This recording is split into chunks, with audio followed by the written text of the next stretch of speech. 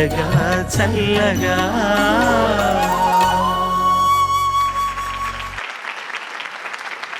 తర్వాతి గాయనమణి మన ముందరికి వస్తోంది, ఆహ్వానించండి హర్షధ్వానాలతోటి.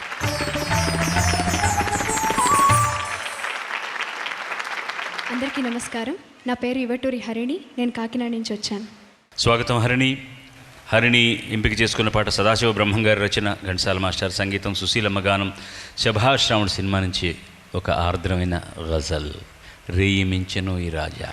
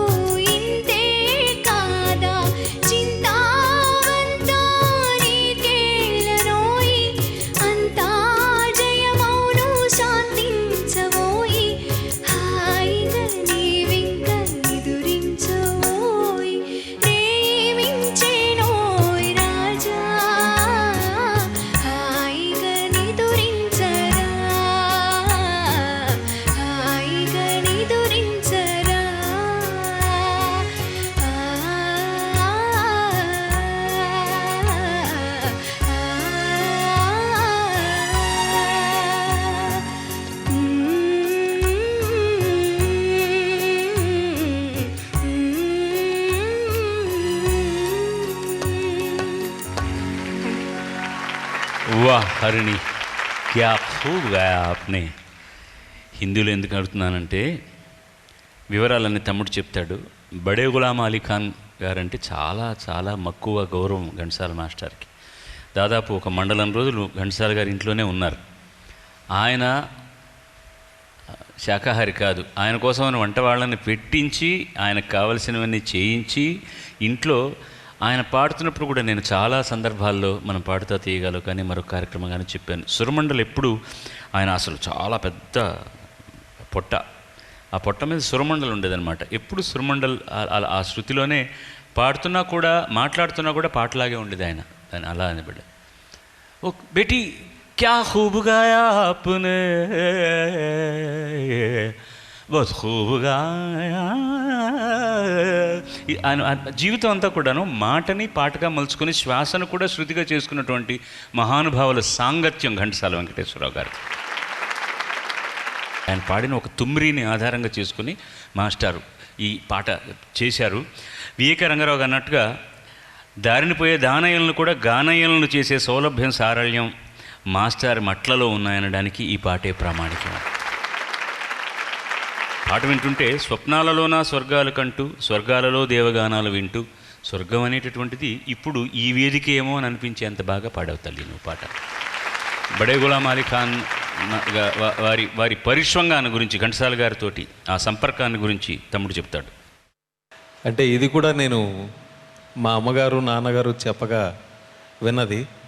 మా ఇంట్లో బడే గులాం అలీ ఖాన్ గారు నన్ను ఎత్తుకున్న ఫోటో కూడా ఉంది.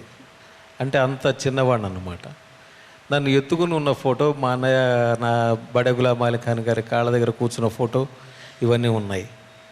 బడే గులాం అలీ ఖాన్ గారు ఒకానొక కచేరీ కోసమని మెడ్రాస్ రావడం, నాన్నగారు ఆ కచేరీకి వెళ్ళడం మ్యూజిక్ అకాడమీలో. అయిపోయిన తర్వాత ఆర్గనైజర్స్ ఎక్కడి వాళ్ళు అక్కడికి వెళ్ళిపోవడం, ఈయనకి ఎక్కడికి వెళ్ళాలో తెలియని పరిస్థితిలో నాన్నగారు వెళ్ళి, ఏమండి మీరేదో ఇబ్బందిలో ఉన్నట్టున్నారు ఏమన్నా అంటే, ఆయన అసలు ఈయన్ని పట్టించుకోలే ఏ నాయనని. ఈయన వదలకుండా ఏంటి అని అడుగుతుంటే, ఇది పరిస్థితి అంటే మా ఇంటికి రండి, నేను మా ఇంటికి తీసుకువెళ్తాను అంటే, నాయన మేము 4 రోజులు ఉండాలి, జీవితాంతం ఉన్నా పర్వాలేదు, మీరు మా ఇంటికి రండి అని తీసుకొచ్చారు. అంటే అప్పుడు ఆయన అడిగారట, మీ ఇంట్లో మీరెవరని అడిగారట. అంటే మేము పలానా. మరి మీ భార్య మిమ్మల్ని, మేము మాంసాహారులు, మీరేమో బ్రాహ్మలు, మీ ఇంట్లో మీ భార్యని అడిగి ఆవిడ సమ్మతం తీసుకున్నరా, అప్పుడు మేము వస్తామన్నారట. మా ఆవిడ ఊళ్ళో లేదని చెప్పారట ఈయన.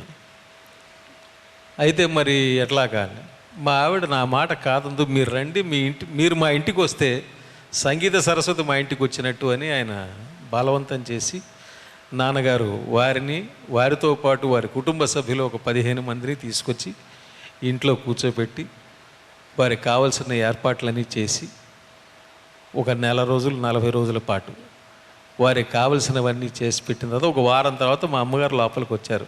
ఎవరు అని ఇది అని చెప్పగానే మా అమ్మగారు కూడా అలాగే అని చెప్పి మామూలుగా వాళ్ళకి కావాల్సినవన్నీ టీలు గీలు అంతే, నువ్వేం వద్దు, మాకు పొయ్యి మాత్రం పైకి ఇవ్వని చెప్పి స్టవ్ పైకి తీసుకెళ్తే వాళ్ళే పెట్టుకుని టీ కాఫీలు వాళ్ళే కాచుకుని తాగుతూ ఆ 1 నెల రోజులు నాన్నగారు ఎక్కడ రికార్డింగ్కి వెళ్లకుండా మద్రాసులో ఉన్న సంగీత ప్రముఖులందరూ మా ఇంటికి రావడం, బడే గులాం అలీ ఖాన్ గారితోటి సంగీత చర్చలు, సాహిత్య చర్చలు జరుపుకుంటూ ఉండేవారట.